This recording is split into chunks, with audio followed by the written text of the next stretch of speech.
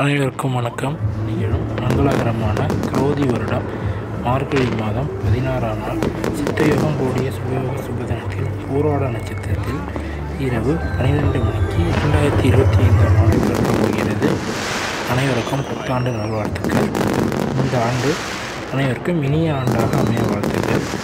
இந்த ஆங்கில புத்தாண்டு ராசி பலன்களை இது வரைக்கும் நம்ம 12 ராசிக்கான ராசி பலன்களை பார்த்துட்டு வந்துகிட்டு இருக்கோம். அந்த வரிசையில் இது வரைக்கும் 10 ராசி, அதாவது மேஷத்தில் ஆரம்பித்து மகர ராசி வரைக்கும் பார்த்தாச்சு. இப்போ 11ஆவது ராசியான கும்பராசியை பார்க்க போகிறோம். கும்பராசி காலச்சக்கரத்தில் 11ஆம் ராசி. காலச்சக்கரத்துக்கு லாபஸ்தானங்கிறது கும்பராசி தான். கும்பராசிக்காரங்களுக்கு இப்போ ஜென்ம சனி நடந்துகிட்டு இருக்கு. உங்களுக்கு, அதாவது கும்பராசிக்காரங்களுக்கு இந்த புத்தாண்டு எப்படி அமையும் அப்படின்னு பார்த்தீங்கன்னா, இந்த புத்தாண்டானது உங்கள் ராசிக்கு சனி சுக்கிரன் சேர்க்கை பெற்று ஆரம்பிச்சிருக்கு. 2ஆம் இடத்துல ராகு பகவானும் 8ஆம் இடத்துல கேது பகவானும் இருக்கார். குரு வலுவான ஸ்தானமான கேந்திர ஸ்தானம் 4ஆம் இடத்துல சுகஸ்தானத்தில் குரு வலுவாக உட்காந்துருக்காரு.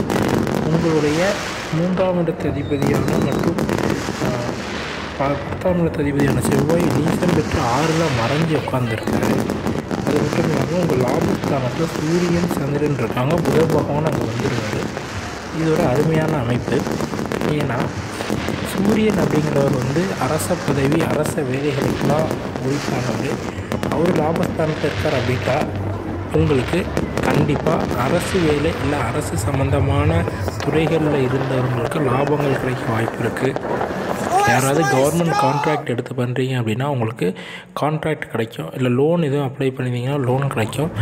இந்த மாதிரி அமைப்புகளை இந்த 11ஆம் இடத்துல இருக்க சூரியன் கொடுப்பார்.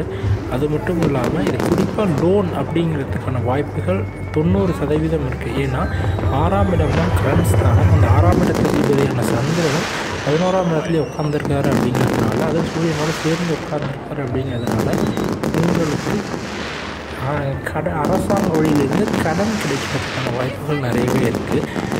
உங்களுடைய முயற்சி ஸ்தான அதிபதியான செவ்வாய் போய் 6ஆம் இடத்துல கடன் ஸ்தானத்தில் உட்காந்துருக்கிறதுனால நீங்கள் எந்த முயற்சிகள் வெற்றி பெறும். குறிப்பாக வீடு கட்டுவதற்கு, நிலம் வாங்குவதற்கு, கட்டிட சம்மந்தமான துறைகளில் எதுக்காச்சும் நீங்கள் லோன் அப்ளை பண்ணியிருந்தால் அந்த லோன் கண்டிப்பாக கிடைக்கிறதுக்கான வாய்ப்பு இருக்குது. நீங்கள் கூடிய சீக்கிரத்தில் ஒரு வீடோ கடையோ கல்யாண மண்டபமோ மாலோ ஏதோ ஒன்று கட்டப்படுறீங்க, அதுக்கான வாய்ப்பு இப்போ கும்பராசிக்காரங்களுக்கு பிரகாசமாக இருக்குது. 2ஆம் இடத்துல இருக்க ராகு பகவான் உங்களுடைய வார்த்தைகளில் சற்று கவனம் தேவை அப்படின்னு சொல்லாமல் சொல்கிறாரு.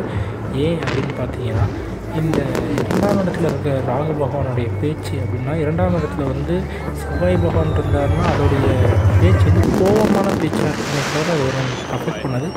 ராகு பகவானுடைய பேச்சு சற்று பிரித்தாலும் சூழ்ச்சியுடைய, அதாவது பிரச்சனைகளை ஏற்படுத்தக்கூடிய வகையில், பிறகு மனசை கஷ்டப்படுத்தும் வகையில் இருக்கக்கூடிய பேச்சாக இருக்கும். அதனால் பேச்சில் கவனம் இருக்கும். உங்களுக்கு உங்கள் ராசியுடைய 4ஆம் இடத்துல குரு பகவான் சுகஸ்தானத்தில் குரு பகவான் இருக்கார் அப்படிங்கிறதுனால நகை சேர்வதற்கான வாய்ப்பு இருக்குது. 4ஆம் இடம்ங்கிறது சுகஸ்தானம்.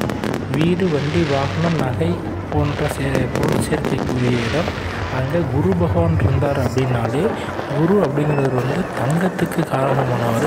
இந்த குரு பகவான் அங்கே இருந்தார் அப்படின்னாலே உங்களுக்கு நகை சேர்றதுக்கான வாய்ப்பு நிறையவே இருக்குது. அடுத்தது உங்களுடைய 8ஆம் இடத்துல இருக்கிற கேது பகவான் என்ன சொல்கிறார் அப்படின்னு பார்த்தீங்கன்னா, ஆயுளில் எந்த ஒரு பிரச்சனையும் இல்லை. ஆயுளுக்கு ஒரு பிரச்சனையுமே இல்லை. ஆனால் உடல் உபாதைகள் நிறைய ஏற்படும் அப்படின்னு சொல்லாமல் சொல்கிறார். ஏன் அப்படின்னா, இந்த ஜென்ம சனியில் உங்களுக்கு ஏதேனும் ஒரு பிரச்சனைகள் அப்படின்னு ஒன்று ஏற்படணும் இல்லைங்களா? அது எந்த வகையில் ஏற்படும்னா, அது நம்ம கேது பகவான் தான் கொடுத்து வைப்பார்.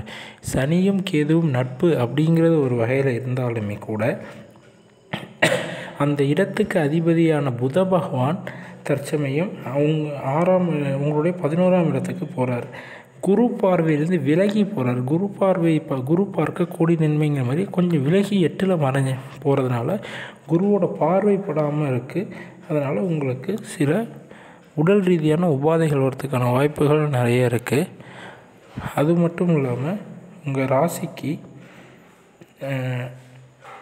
9ஆம் இடத்து அதிபதியான சுக்கிர பகவான் வந்து, அதாவது 4ஆம் இடத்துக்கு அதிபதி அவர் தான். அவர் உங்கள் ராசியிலே இருக்கிறதுனால சுகப்பொருள் சேர்க்கை நிறைய வரும்.